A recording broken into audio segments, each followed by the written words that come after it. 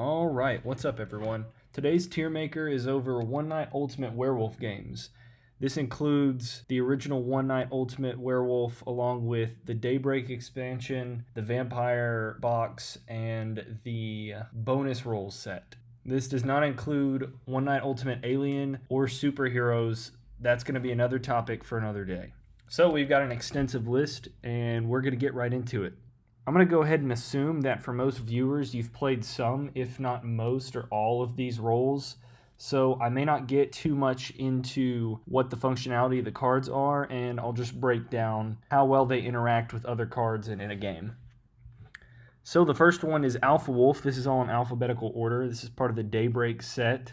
The thing I like about Alpha Wolf is that it adds another card to the game in a guaranteed werewolf card in the center. There's a lot of interesting strategies with the witch and drunk cards that interact with the middle. So for this, I'm going to put it in A, and I think it adds an interesting dynamic that wasn't established in the base game. Second up, we've got Apprentice Assassin. I'm going to go ahead and do the Assassin before the Apprentice Assassin. So I think this is an interesting idea of an independent card that has a sole goal of getting the person that it wants killed. It's an interesting concept. I'll put it in B.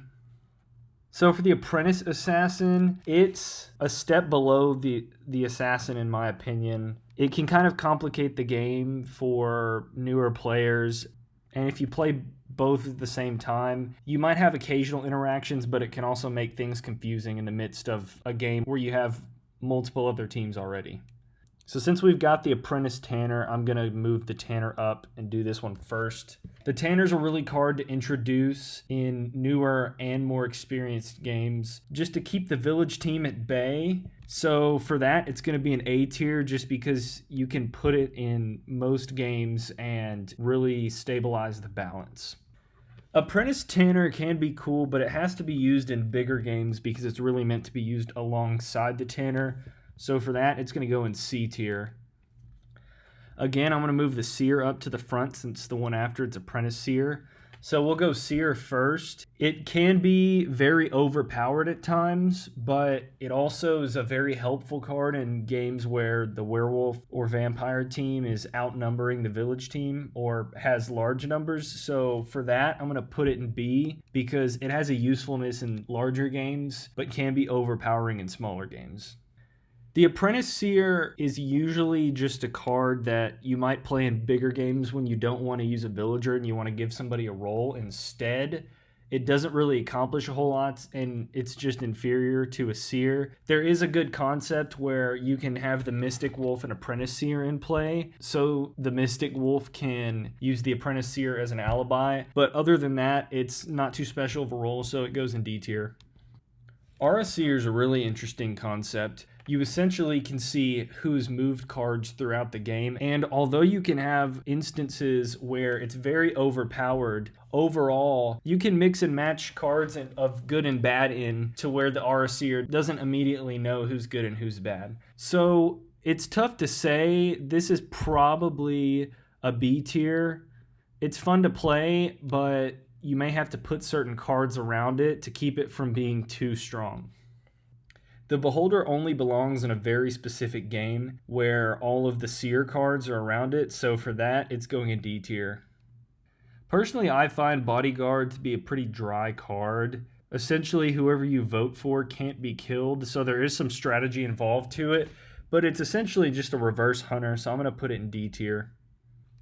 Copycat's a really cool role. It's one of the most fun cards to play. It's essentially a doppelganger, but involves looking at the middle cards, so you get lots of useful information, so it's going in S tier.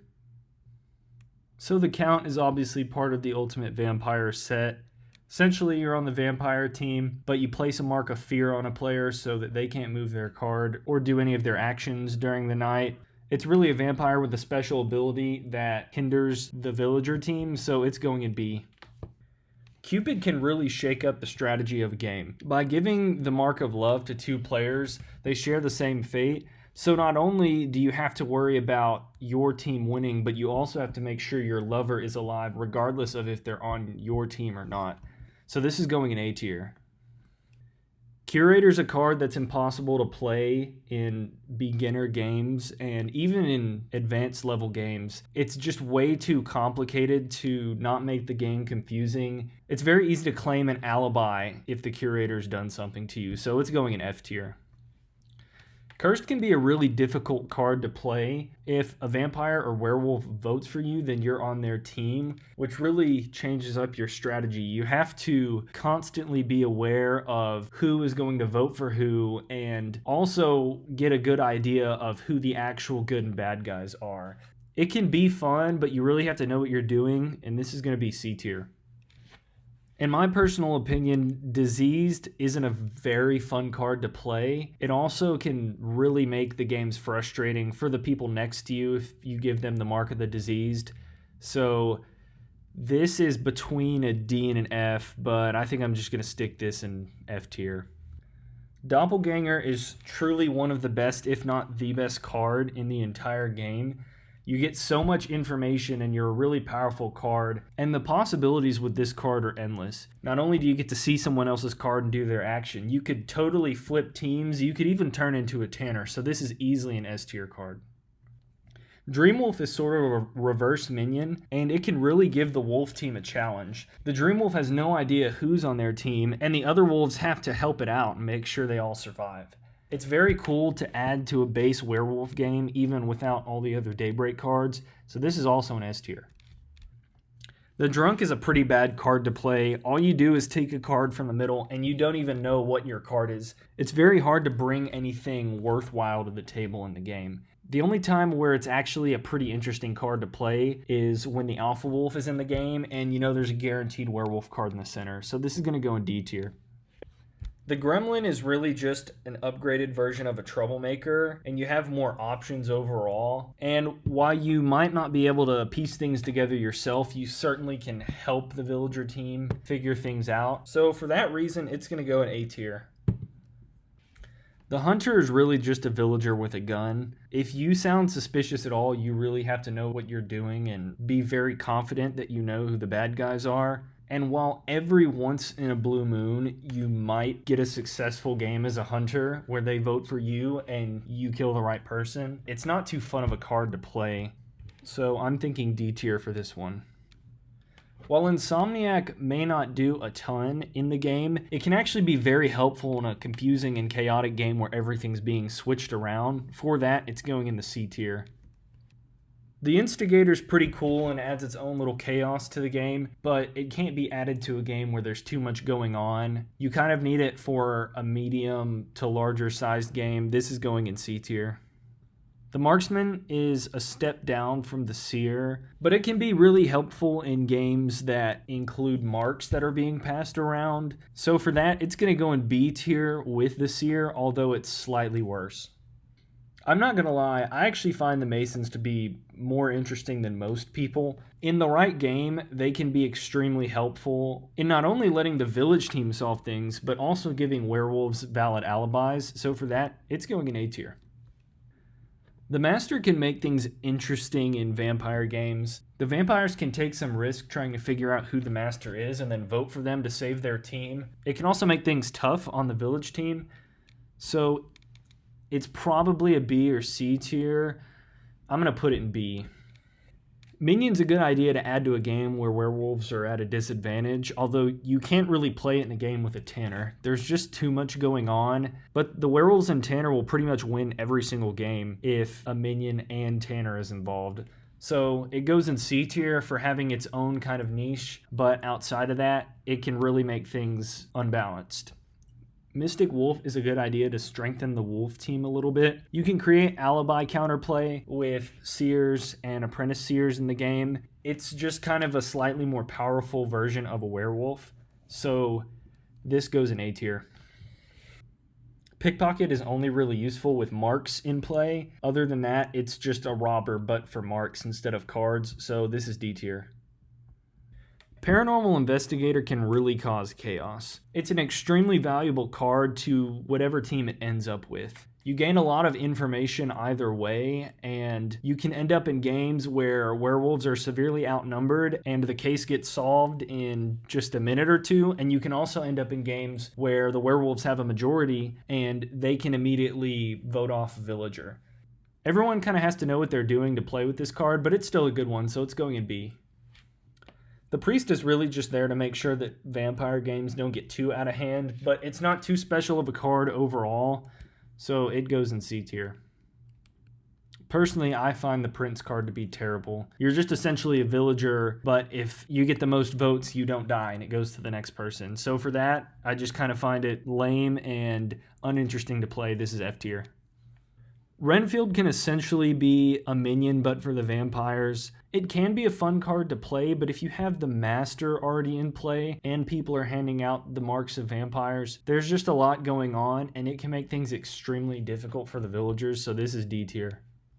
The Revealer can be an extremely fun card to play, although it's really more difficult than you think. It's not always easy to give valid evidence as to why you're the Revealer and how you're safe.